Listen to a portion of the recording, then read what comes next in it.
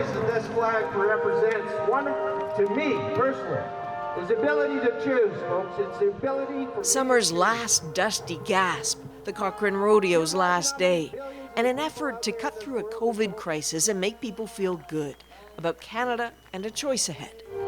In 2 weeks' time, we're going to choose our government. That voice belongs to John Copperthorne, proud of 150 years of ranching in his family and allegiances as blue as an Alberta sky. Is your mind made up already? Darn sure. That's in my blood. And his focus is singular, that the rest of the country needs to understand if Western Canada succeeds, the whole nation will. To him, that is not happening under a Liberal government. nobody can convince me tomorrow that we won't need oil and gas for maybe even 10 years. I understand about climate change. I understand. Hey, I'm a rancher. I live on the ground. I feed my family off the dirt that we walk on. The animals that eat that grass are the things that keep my family alive.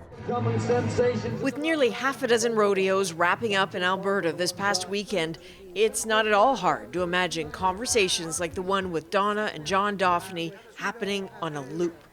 We are not Liberal people. We will be so happy when the government changes. So to have Aaron O'Toole, does it matter that he's not from the West?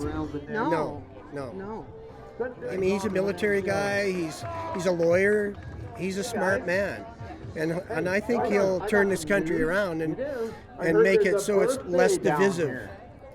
Because right now, you know, he's dividing the East from the West. To hear this talk is to perhaps presume 2021 will be a repeat of 2019, when Alberta was a sea of blue save for one riding that went for the NDP. But something else is happening here. It is getting politically crowded. Cochrane sits in the riding of Banff-Airdrie, which now has 5 different candidates on the right, including the fledgling Maverick Party and even Derek Sloan, once an MP in Ontario, thrown out of the Conservative caucus. The incumbent Conservative, first to appear in the Labor Day parade, but not alone for long. Maxime Bernier's People's Party of Canada is making a serious push here too. It's all about freedom means equal rights for all. No more rights. The likes of Don Gray are paying attention to that. That's the PPC's platform he's looking at. I'm like, yeah. So no vaccine passports, you're for that? Yeah, equal rights for all, of course. I mean, I did 22 years in the military. That's what we fight for.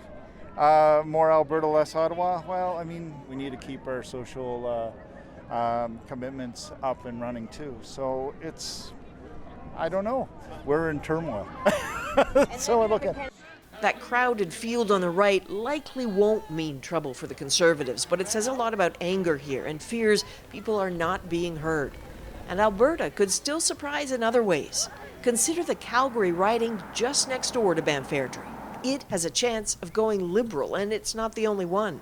Of Alberta's 34 ridings, 4 are now seen as in play. Which doesn't mean a lot in the whole scheme of things. But if this is a close election, then suddenly those 4 seats could be very important. Pollster Janet Brown knows the province's political spasms like few others, says worries about not having any voice in government may push some to simply vote strategically. You know, the last time we elected MPs from Calgary, those MPs got to sit in cabinet. And I think the Liberal candidates running in those ridings today are having those very conversations with their constituents.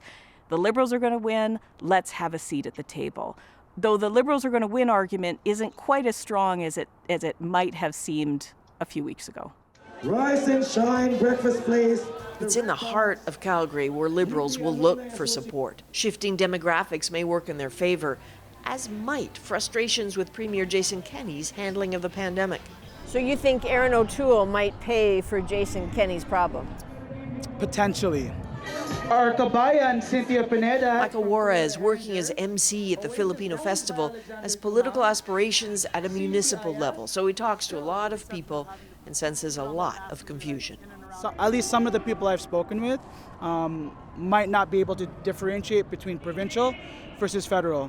And the reflection of how the provincial government is handling things may have a negative impact upon the federal election.